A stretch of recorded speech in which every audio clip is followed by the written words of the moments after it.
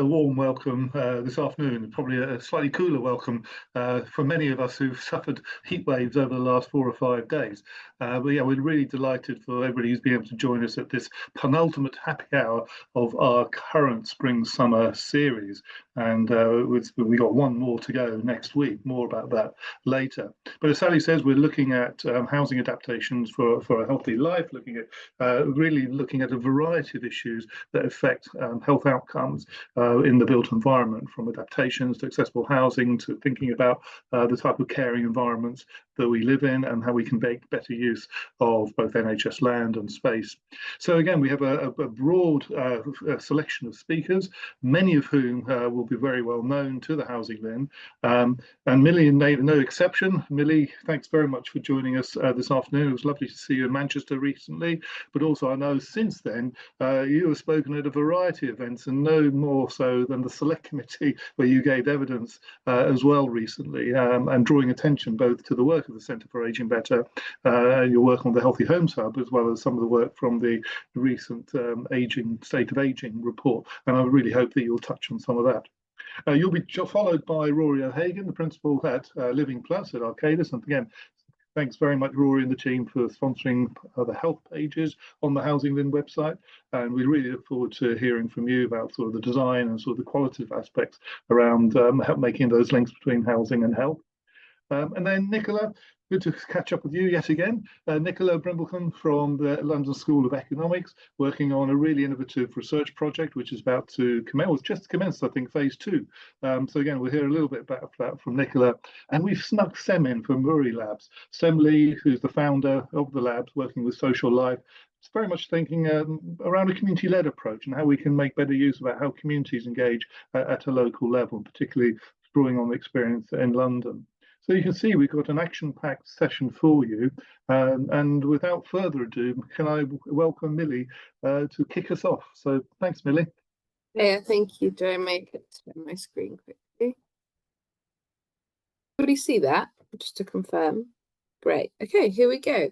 Thank you for having me here today. So yeah, I'm going to talk a bit about the work the Centre for Ageing Better does, looking at the impact of not having adaptations, but also some work we're doing called the Good Home Hub, where we're working in local areas to pilot new delivery models as a way of supplying adaptations to local residents.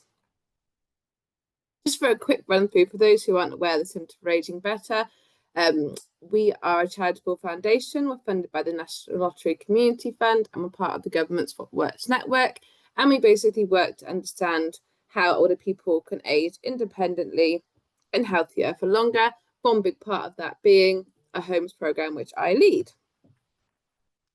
So why do we do what we do? By 2040, we know that over 25% of the UK population will be over 65 plus.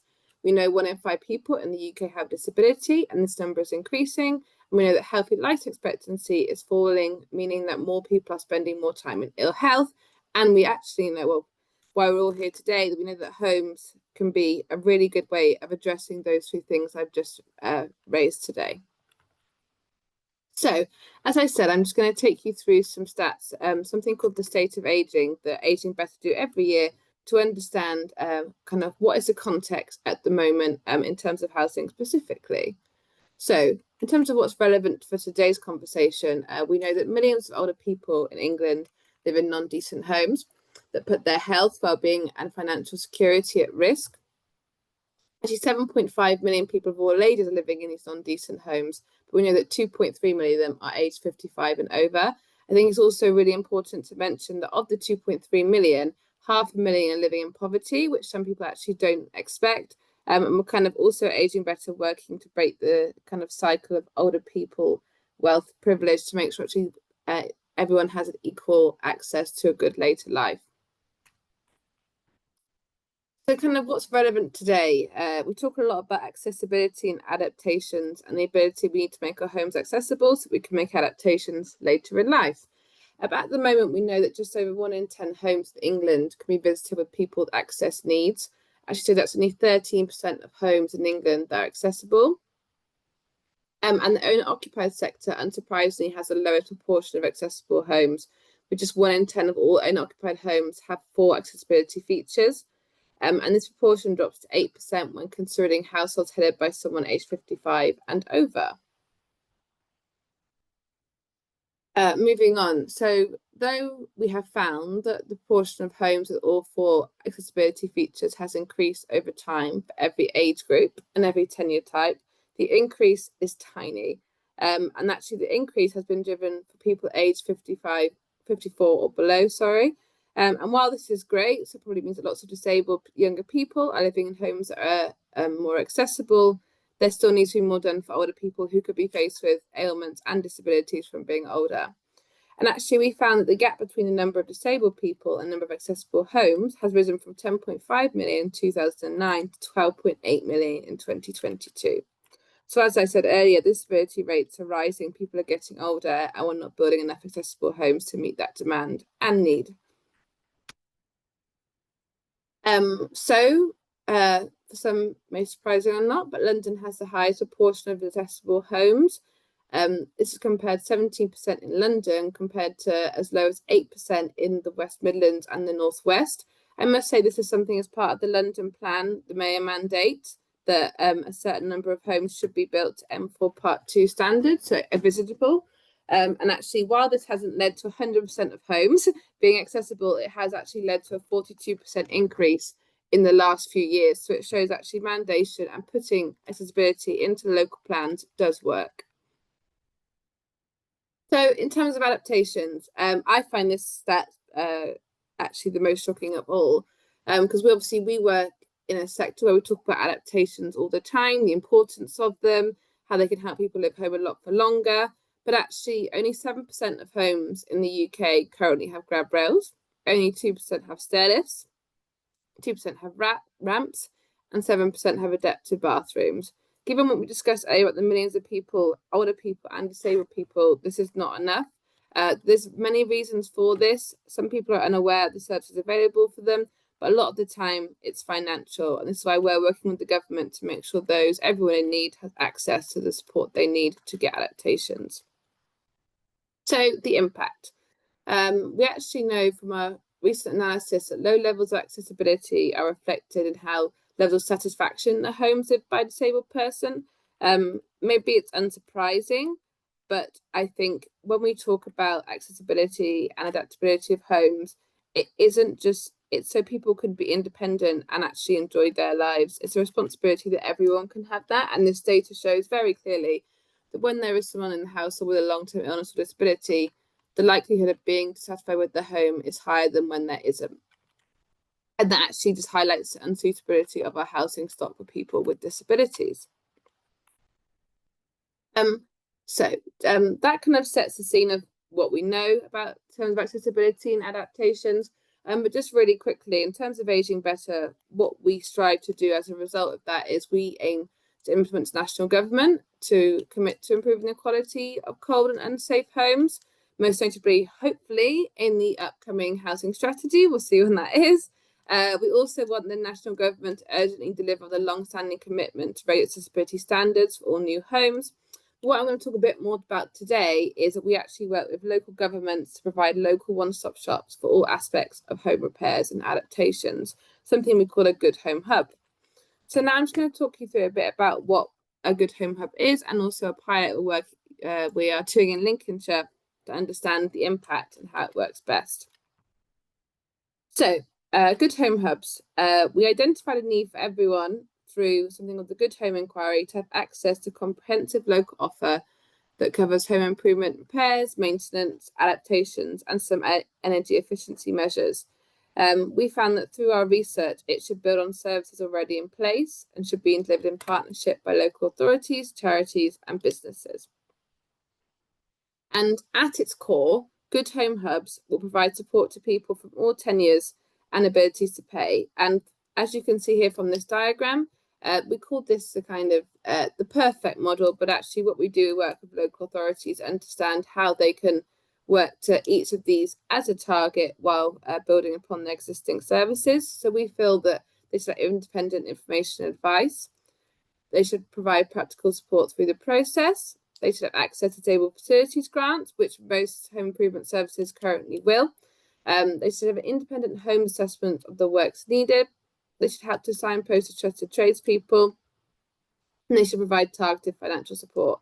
As I said, we are very aware that this is not the situation across the country at the moment, but we kind of strive to talk about what actually works best in principle. So to actually evidence the impact of these services, we evaluated 8 existing services throughout England to look at the impact they were having. At a very high level, we found that they reduced demand for social care services. They enhanced efficiency of health and social care services. They actually had a reduction in carbon emissions and tackled fuel poverty, which I'm sure is at the core for many. And in terms of the economy, the job creation, employment opportunities.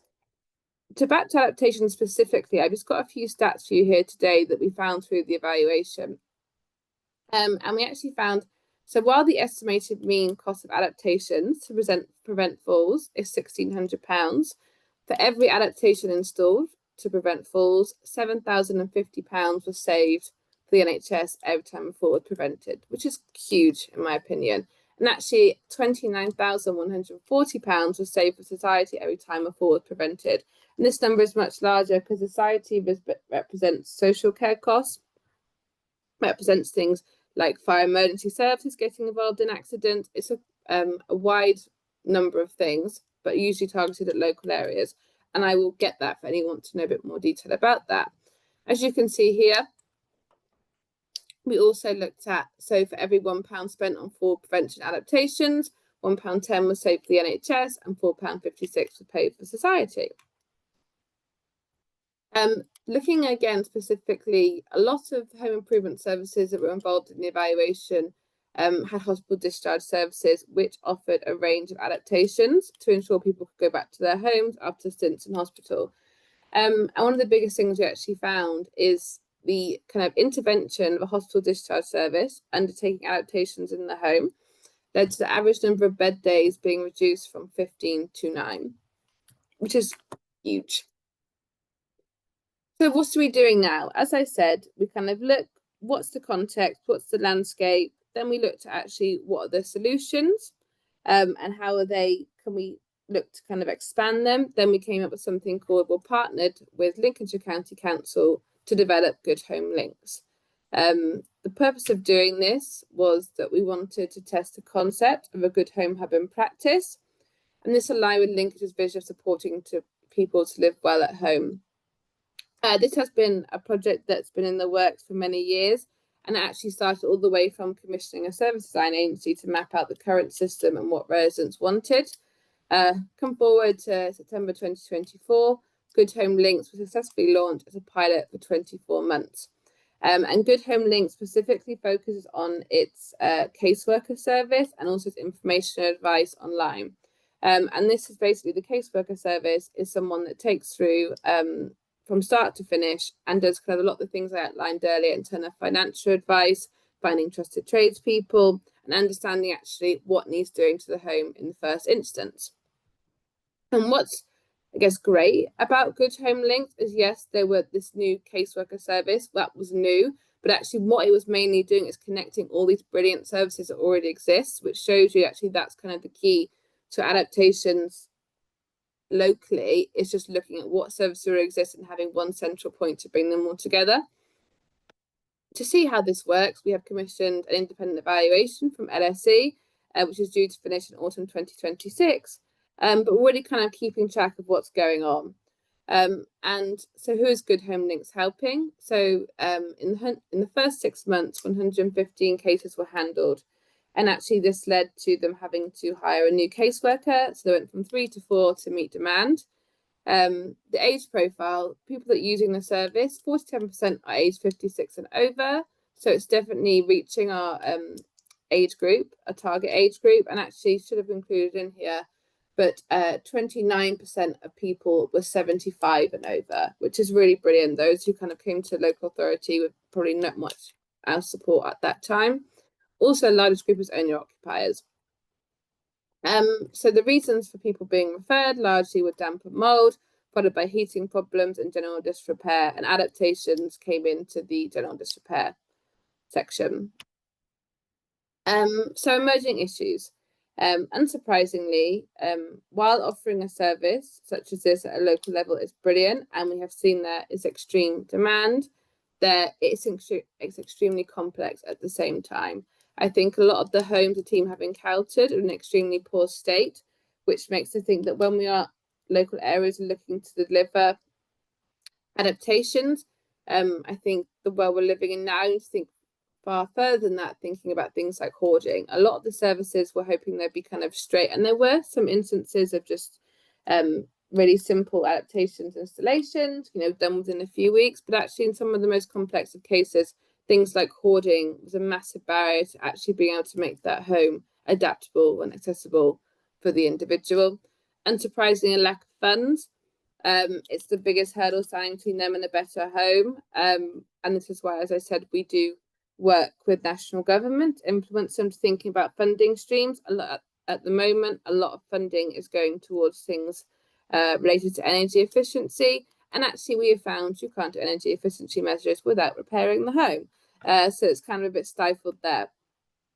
And as I said, unsurprisingly, the support was intensive and extremely complex in navigating a web of problems when wanting to do things such as adaptations.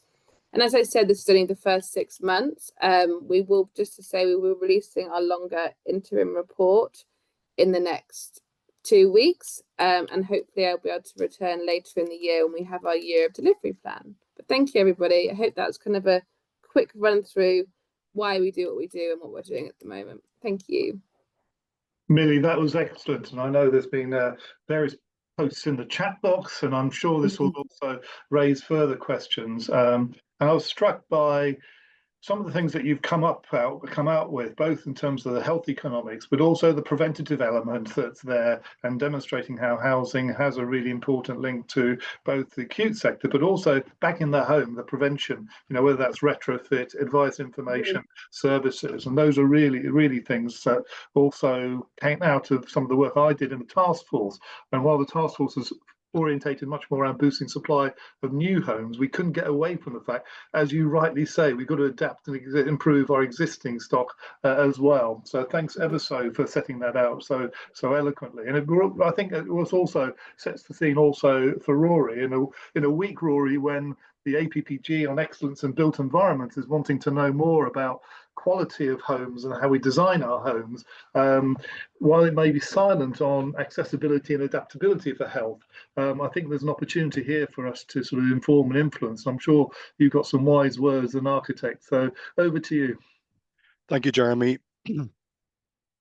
Let me share screen. Yeah. Thanks, Jeremy. Thanks, Sally. Thank you, Millie. So this is a short presentation. I'm an architect.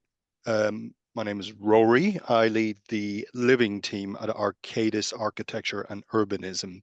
What we mean by living is a kind of spectrum from hospitality, and it's important to keep in mind this notion of hospitality. It drives all the other living models that we design. So principally, we've done a lot of work in the build-to-rent sector, purpose-built student accommodation, but also senior living, and all of that kind of flows back to this notion that they're operated.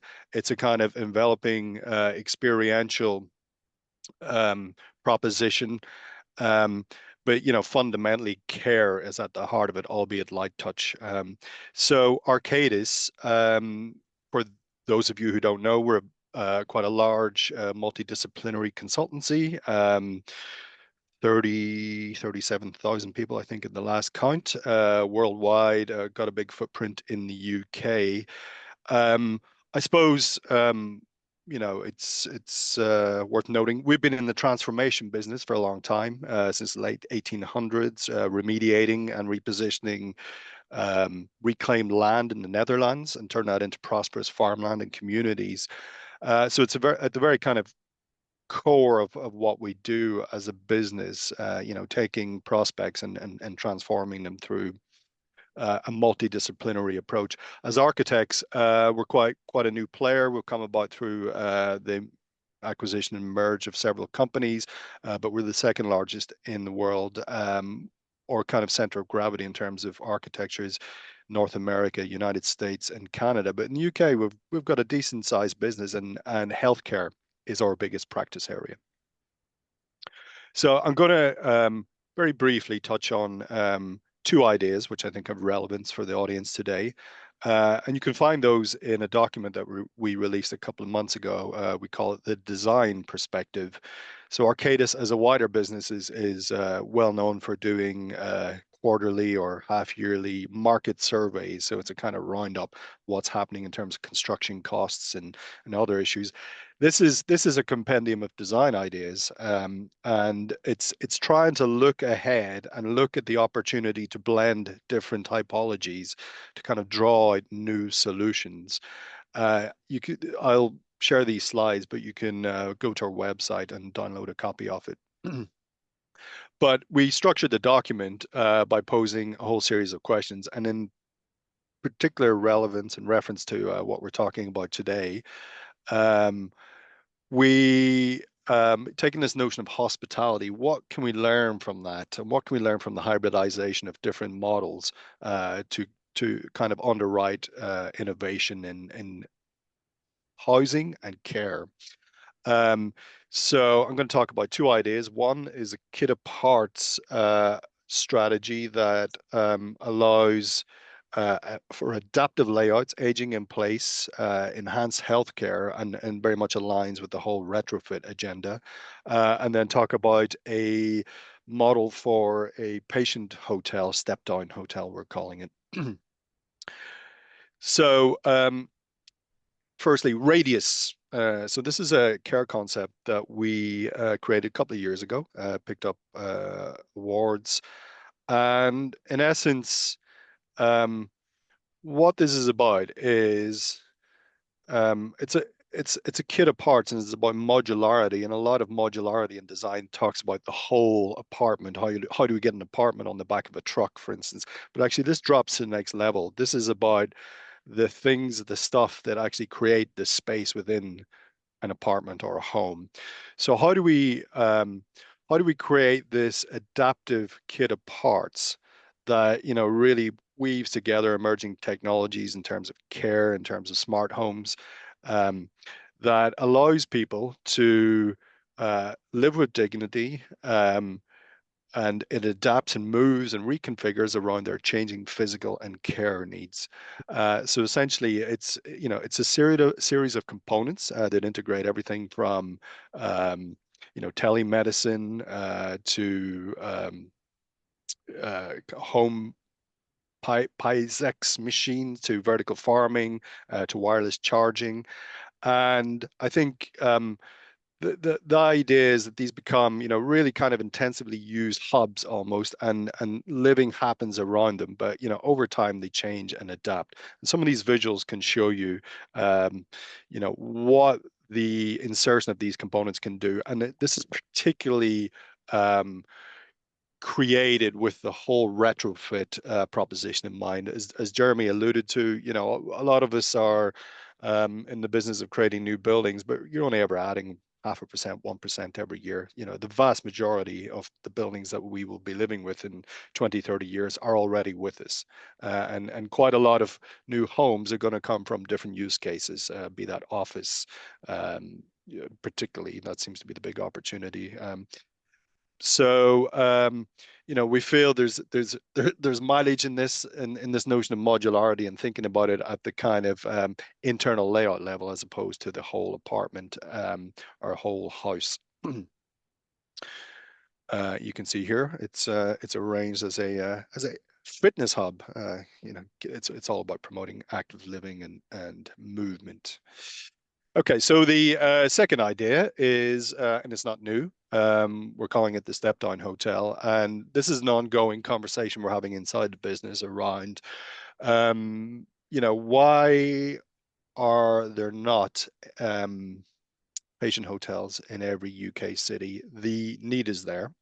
At any one time, there are 13,000 beds, quote unquote, blocked. So, the demand is there, and why can we not scale up the few examples of patient care hotels that we have? Certainly in other countries, it seems to work quite well. The Nordics, I think Germany, there are some fairly established models there that have kind of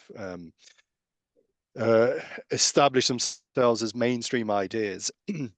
So for us, we started this kind of design and strategy piece around what it might look like, and then we're taking that to different stakeholders in the sector to understand what the blockers are. But very much we see this as something that accommodates patients discharged from hospital. It's located on or near NHS trusts. It's urban, but it can be suburban, and it's very much hospitality led in the sense that it's welcoming, for friends and family, and through kind of nuanced design moves, you're promoting wellness, movement, recovery. Biophilia is a big part of this, but also it has those kind of functional capabilities around accommodating the administration of care, overnight care stays, and kind of rehabilitation facilities. And we've created this visual for this kind of front of house space that it's welcoming. It has a shop front. This is not an institutional facility. It's about bringing community in. And it's also about learning from hospitality in terms of those operational tactics we take from hotels. How do we scale up something? How do we have a really high performing back of house and operational physical proposition that allows efficient economies of scale and operations? We must remember this is a care facility, but it's also aspirational. So how do we strike that balance between those two competing but also complementary demands? Some other visuals around some of the key features and spaces in this facility. And of course, fitness and wellness need to be absolutely intrinsic to the recovery and rehabilitation program. And we can do this through rooftop kind of swimming pools and fitness areas and yoga studios. So that's me, short and sweet, but just thought I would share some of the ideas that we're looking at the moment. Rory, thanks for that. I think what you've demonstrated is sort of the need not just to look in terms of a sort of clinical intervention, but also think about the lifestyle and livability of our homes as well. And we need to look at that blending, that sort of the medical model and the social model of aging in our homes, so that we can adapt for a variety of needs as well as aspirations. So thanks ever so much for that, and look forward to having a further conversation with you later. Well, we're going to move on now to Nicola to look at sort of issues around independence and access to care, taking more of a sort of the lens of care in the community and at home. And Nicola's been doing some really interesting work funded by the National Institute of Health Research School for Social Care Research. So Nicola and the team, over to you. Thank you very much. This follows on really nicely from both the previous presentations, hopefully. So I'm Nicola Brimblecombe. I work at the Care Policy and Evaluation Centre at the London School of Economics. This was quite a big project that I'm going to report just very few findings on, and which finished last year, but is still kind of ongoing in some ways. And we've, as Jeremy said at the beginning, we've just started phase 2, which looks at the kind of follows on some of the people from phase 1, but also broadens it out to look at wider neighbourhood and environment. So Sally's very kindly doing my slides for me, so I'll be our next slide. So the reason we're a research centre that looks mainly at adult social care, some children's, but mainly adult social care in England and the UK and in other countries as well. And so why we wanted to look at housing in particular is it's meant to be, and it of course is, an important part of the delivery of care. It features quite strongly in the Care Act, which are the regulations around adult social care, the adult social care white paper, which is the kind of aspiration going forward, said, make every decision about care a decision about housing. Often, and including the Older People's Task Force, the focus is more on supported housing, but the vast majority of older people live and will live in non-specialised housing.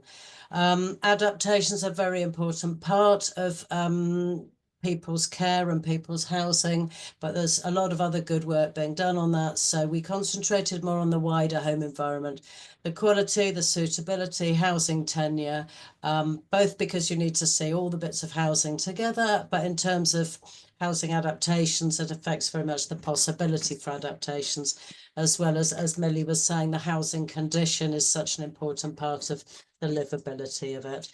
So we're focusing on older people, which in our definition is 65 and older, which may not be that old, but that is how we've kind of characterised it in our study. The next slide, please.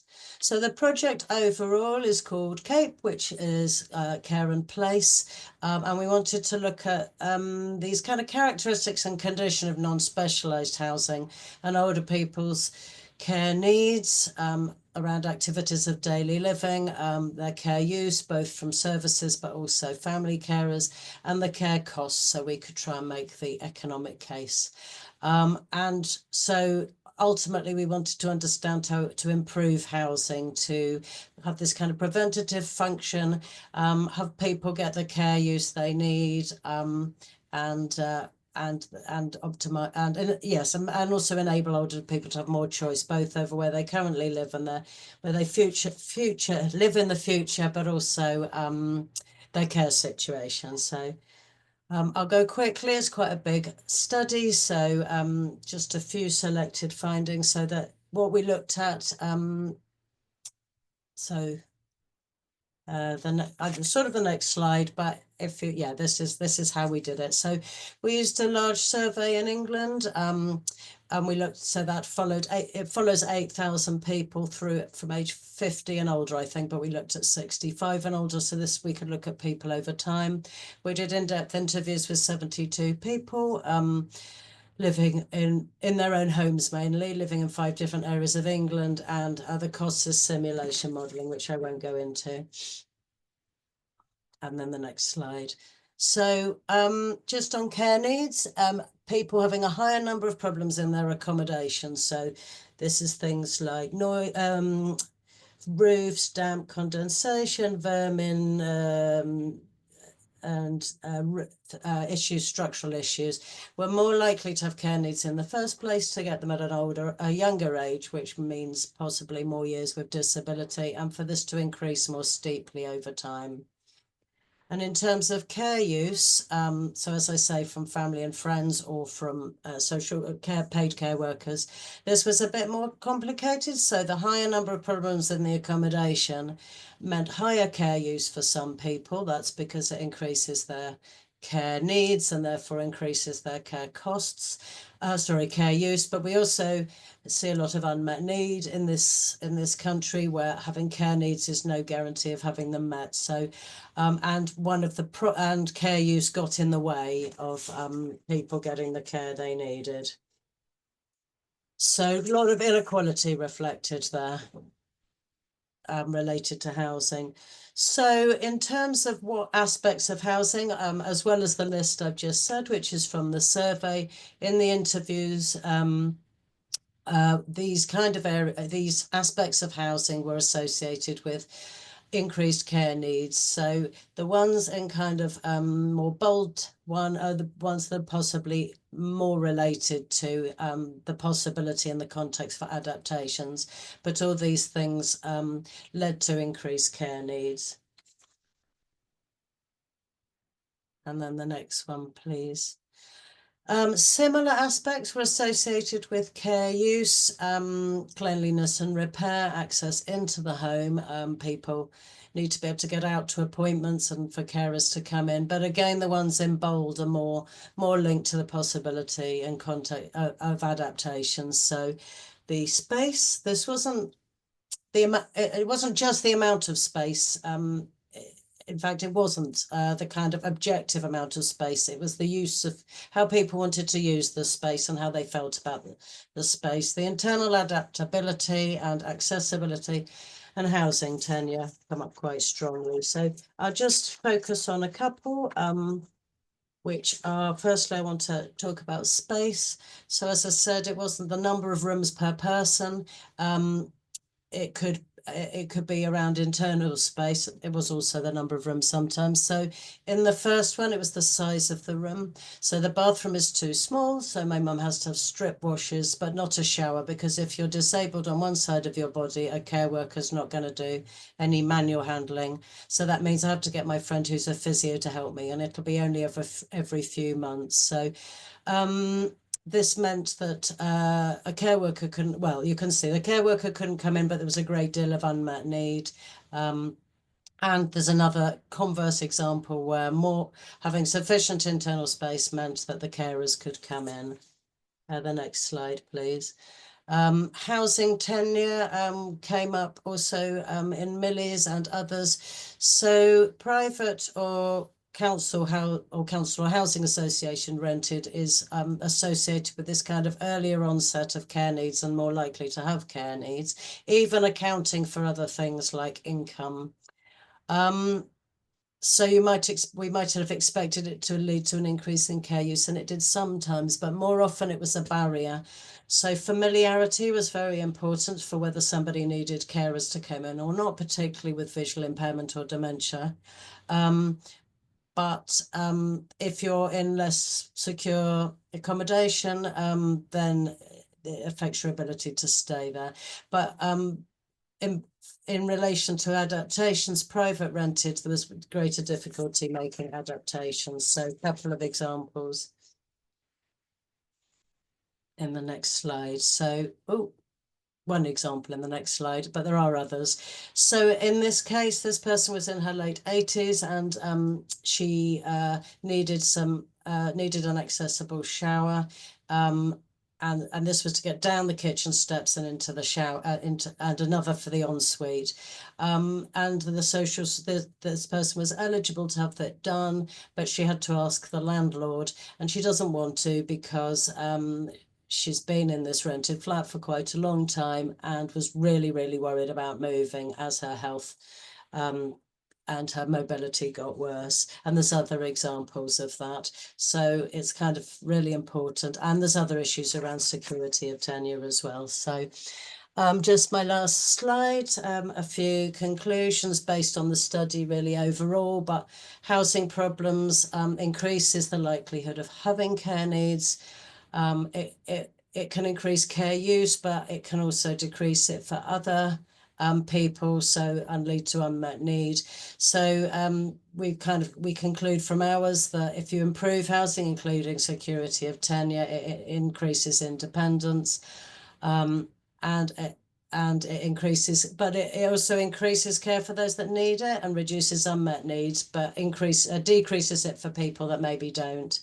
Reduces the pressure on unpaid carers, and the cost modelling we did, so just improving housing problems, reducing them, reduces formal care costs by £1 billion a year. This is mainly cost to government, but also to individuals. And this is every year. And then it'll rise to nearly £3 billion a year by 2042 because of the projected increase in care needs in this population. It's got a star by it because this isn't set against the cost of adaptations, but as earlier presentations have shown, these are much smaller than that. So, and of course, there's other benefits. Just quickly got to flash up my disclaimer, and that's it. And there's a link on that when the slides come out to this project and the next one. Thank you. Nicola, thank you. It was a really, really interesting presentation, and the points that you've picked out certainly are of interest. And I've asked Sally just to post some further information around unpaid carers. I think there's a point you raised right at the end about their contribution to delivering both planned and unplanned care, especially those people living on their own, self-funded or not. So no, really excellent. And I think also you touched on the private rented sector and some of the insecurity, not just of tenure, but also the insecurity people feel wanting to approach their landlords, or indeed whether that's in social rented actually as well, and some of the delays that take place before assessments even get done. And it's a piece of work I know Foundations and the Royal College of Occupational Therapy are working on in terms of looking at reviewing minor adaptations without delay. So I'm sure we'll have a happy hour on that, and the work of and your work as well. I'm hope will feed into it. Well, we've heard a lot about sort of the state of health, the state of care, the state of our housing. And we've done it very much sort of looking at different systems, but also I want to sort of think a little bit about how communities can take control and help reshape what affordable housing looks like. I'm delighted that we could sneak Sem in just to say a few words about the project she's trying to develop and some of your thinking about how to take much more of a community-led approach to developing NHS land. So perhaps not care hotels, but community-led care hotels. So over to you. Thanks, Jeremy. I'm going to try and go very quickly through this, but thank you for the invitation. I'm Sem Lee, founder of OURI Labs. We're an organisation on a mission to improve urban health using participation, and I'm here to present a piece of work that we've initiated in collaboration with the research organisation Social Life on reshaping delivery models for affordable housing, specifically through community-led development on NHS land. Next slide, please. I'm sure everyone in this room is very well aware of the interconnected crisis we are facing. Housing costs are creating financial stress that disproportionately affects underrepresented communities. This directly feeds into health inequalities that are costing the NHS £1.4 billion annually. Health should not be a postcode lottery where life expectancy varies dramatically based on where you live. And as the Marmot Review highlighted, the social determinants of health are the non-medical factors that influence health outcomes. Housing is fundamental to this, affecting the conditions in which people are born, grow, work, live and age. Next slide, please. But here's the opportunity. Community-led housing offers a pathway to break this cycle. Creating housing stability goes far beyond just providing homes, as many of our presentations today have highlighted. The outcomes have the potential to be transformative. Imagine this: affordable housing in perpetuity, integrated community services, healthy ageing in place, and crucially, reduced mental, physical, and psychological health burdens. Some might say very idealistic, but we must start somewhere. So why doesn't this happen across the board? There are many challenges and barriers that this model faces as a niche innovation currently, but one of the biggest barriers community-led development is the land available for community organisations. Considering NHS estates and property services priorities, we have started to look at NHS land as one route to assisting in this delivery. Next slide, please. However, the scale of opportunity is significant. According to the Q2 Estates and Facilities Management System 2024 to 2025, NHS has 142 surplus land plots across 137.9 hectares. If we take, for example, the recent Citizens House development that was delivered for key workers in Lewisham, London CLT were able to deliver 11 affordable units at 65% market rate. Using this as a benchmark, there is potential to deliver 14,310 housing units with potential aggregate savings of over £1.8 billion across all units. Next slide, please. The NHS 10-year health plan's emphasis on community-centred care, prevention, reducing health inequalities and creating sustainable neighbourhood-based services aligns strongly with community-led development goals. Next slide, please. We understand that there is more work to be done in understanding and evidencing social value in this space. So we started this work off by using Social Life's social sustainability framework, which was originally developed with the Homes and Communities Agency, now Homes England, to help understand how to change the way planners and built environment professionals think about creating new places by understanding the social benefits of place. We build on the framework to develop a social appraisal model, which is what we're currently doing now, to make the process of releasing land easier for NHS organisations. Next slide, please.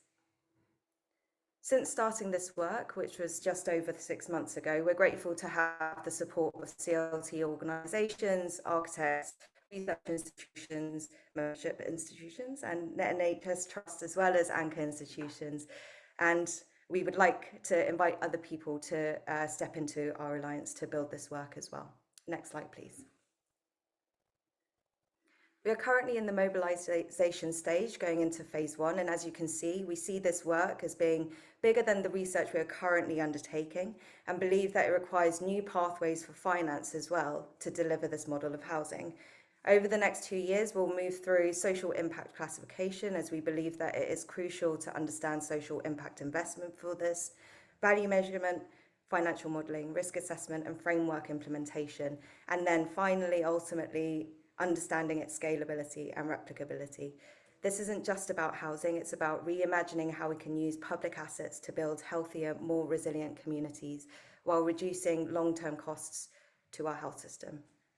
I'll stop there, but there's a QR code on the next slide if anyone would like to join our work. Sem, thanks very much. What a very quick but very carefully constructed presentation. You got lots of points across, and I think for me it's really thinking about how do we start shifting the thinking around how we sort of grow our communities and have those dialogue about the types of places we want to live in, and how we can look at the value of land in a social value way, and not just sort of thinking about going to the highest bidder, so to speak. But I'm delighted that you sort of are leading a lot of work on that, and we look forward to sort of following you and working with you in a number of different ways.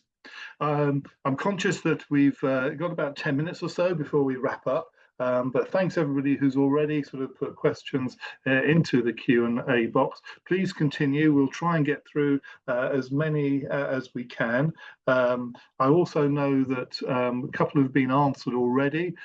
So thanks Clarissa and Elaine for your questions. I see Millie's already sort of just given a response. So anybody who hasn't already seen those, please go into the answered box on the Q&A and you can see some questions that are around the Good Homes Hub, as well as issue which I think is really interesting. It often comes up about the language. How do we clearly define adaptations?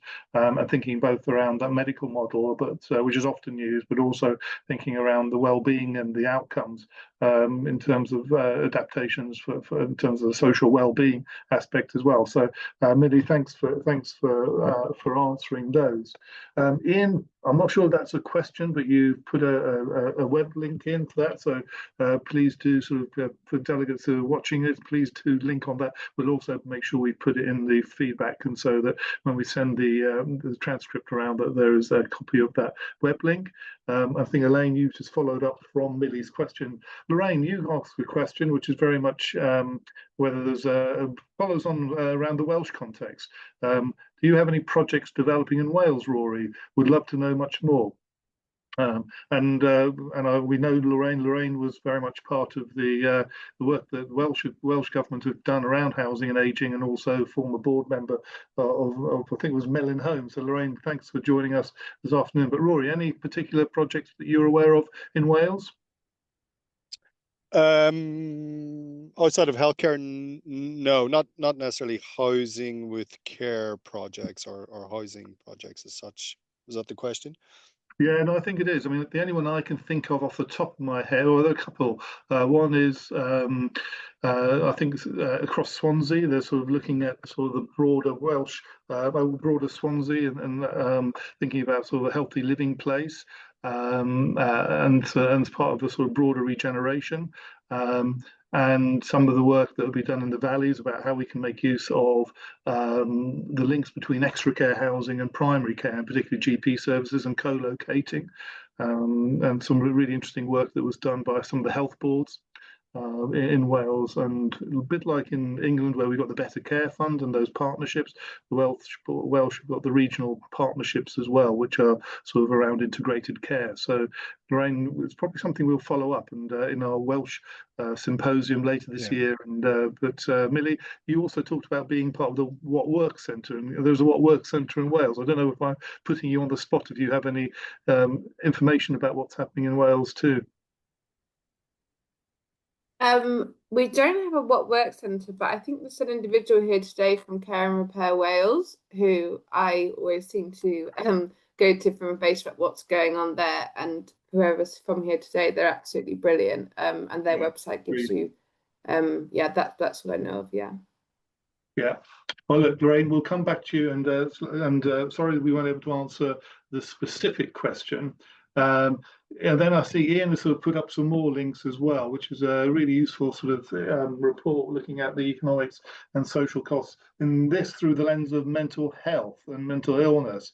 So again, please have a look at that, and that's something that Lynn's been following. Last week, Look Ahead Care and Support, housing association predominantly based in London and the South East, published a report very similar, but looking at the value of social housing and supported housing in particular in relation to enabling people to live well for longer with mental health and mental well-being in their own homes. So I think those are sort of the key questions that have been sort of asked, but please do come back and post more questions while in our last 5 or so minutes. But also it means that I have an opportunity here to ask some questions as well, and also we can open it up for discussion. So just bear with me for a minute. I'm just sort of going back to my screen. Here we are. So again, I think for me, I mean, if I can kick off with you, Nicola. I mean, you talked about sort of the importance of the sort of the person-centeredness around care and how to make those links with the built environment. Are there issues that you think that are coming through from the phase 1 of the research that can help take phase 2 forward, both in terms of the way you're co-producing, but also those sort of understanding how those messages can be applied in local communities? Yeah, I think because we're working, we worked in these 5 localities in England, and then we went back at the end of the project with the findings and did various events, and then got feedback on what was happening locally and what how far our findings were. And then a lot of things are being taken up locally. We do really think that a lot of change will be driven locally because of context, but because that's often where it sits. So and again for phase 2, very strongly out of the involvement of older people around the house. The house itself is only part of the picture, and the kind of wider neighbourhood, both accessibility, but also these sort of neighbourhood centres and things like the hubs and so on and so forth, a massive role they play. So that's what we're taking forward into phase 2, as well as following up people to sort of see what happened next, which I think is really important because there's a lot of change over time. Well, thanks for that. And I was also interested to see that Millie referred to the LSE in terms of doing the evaluation as well. So there's clearly a link here. Millie, in terms of your work and thinking much more broadly, I'm thinking sort of in particular at the sort of the influencing work that you do. Nicola talked about the Care Act 2014. Is there something we can do to really inform the Casey Commission to think much more around the sort of the viability of care being necessitated by making sure we have good quality housing? I think, yeah, specifically, there are lots of opportunities, not just the Casey Act. I think there's kind of, when we think about what can we influence from a social care point of view and what can we influence from a homes point of view, think about the housing strategy to reference social care, for example, and maybe it's more about trying to not think in silos so much. And we're actually hoping that, as you know, the housing strategy will think about the cross-departmental ways they can work together. So from a national government point of view, we will continue to influence things such as consultations to come out for housing and reference the need for health and social care. I guess there's a disappointment that the NHS 10-year plan, for example, had no reference to housing. So I think there's still a lot to do. But yes, the Casey Act, when that starts, will be a great way, and hopefully we can try and influence the impact of housing on it. And I guess in terms of its slightly unique care at home, I'm sure will be included, but is that what we're looking for? It's not just care at home, it's people being able to live in their homes for longer, so don't need that level of care, isn't it? But as we all know, that's what we keep fighting for. We'll keep doing it and we'll see what happens. Yeah. And I think the other thing, before I move on to Rory and Sem, is We often talk about localized systems, and both Sem and Nicola and yourself have talked about the cost benefit in effect to the health economy. But is this something we should also be raising or putting under the nose of regional mayors? I know we've got several people joining us who work on a regional platform. I think Sean's with us from the northeastern Cumbria, doing some fantastic work about how really to integrate at a local level, difficult as it is. So is there any thoughts around that? So actually, well, it's soon coming. We have a piece of work looking at the opportunities in creating these new combined authorities.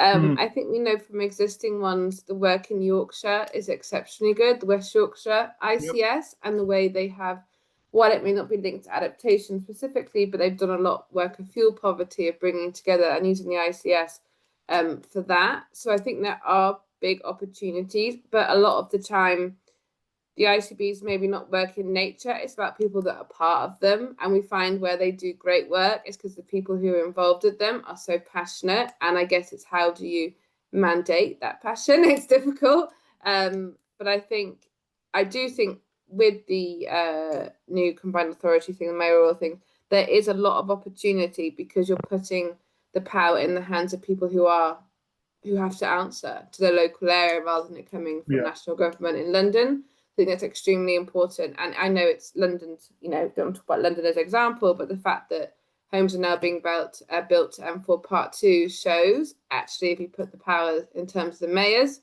change does happen. So yeah, but I hopefully when we release our report in the coming months about the opportunities, I can come back. Fantastic. Well, look forward to reading that. Rory, you talked about sort of emerging trends, and one of the big emerging trends really driven by the government is the drive for 1.5 million new homes, many of that in the affordable social housing sector. And I was wondering whether, in terms of your crystal ball, whether you think we can make the case for a healthy home and drawing on those lifestyle sort of choices that you touched on in sort of that sort of strategy and plan as we go forward. Yeah, I think just picking up on the point around adaptive layouts, it feels like a core requirement of homes moving forward into the future. And my own personal view is that adaptiveness will become an intrinsic value metric in the 2030s and beyond, because you look at the head scratching we're doing with retrofit at the moment, office to whatever. I think the whole embodied carbon agenda, we're getting very close to the time we can't knock anything down anymore. So it feels like to me, buildings need to have a multiple use case proven almost at design stage, because we future-proof and we can drive the longevity of the building, well beyond the kind of business as usual, which currently is 30, 40, 50 years. And as to draw that parallel between buildings and people. So an inherent capacity for flexibility and adaptation will drive longevity of people, because you can adapt the layouts over time, aging in place, but also the buildings. So I think the whole kind of carbon agenda is going to drive much more dynamic and agile buildings into the future, which will support more aging in place. Yeah, thank you. And just building on that, Sem, do you see that also being very much at the heart of where community-led co-housing, so a more mutual style of housing developments where people are actually voting with their feet, wanting that type of accessible, future-proofed homes, both for passive house, but also for accessibility? Definitely. I think it just, what Rory said, just highlights the need to link up climate, health, and also, affordability. There's a way to link it all up. I don't think we've got enough evidence or robust evidence, which is why we're sort of still building up that evidence base, but absolutely crucial in understanding delivering housing of a high standard for all people. Well, What a brilliant way to finish, Sem. So thank you very much for those words. And can I thank all of you for your fabulous contributions this afternoon. We've just hit 5 o'clock, so I'm afraid I'm going to have to draw it to a close. I'd love to carry on for another half an hour or so.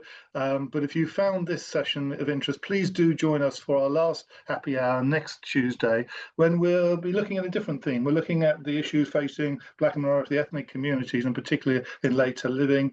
And we've got a fabulous range of speakers again for you. So please do join us. Can I thank all our speakers for their great contributions. As Sally said in the intro earlier in this session, we'll be sharing the slides and the recording hopefully tomorrow by the end of this week at the very latest. And can I also thank the team behind the scenes for making this run so efficiently and effectively. So nice to see everybody, and I wish you all a pleasant evening, and I hope you can grab your own personal happy hour in the next hour or two. Cheers.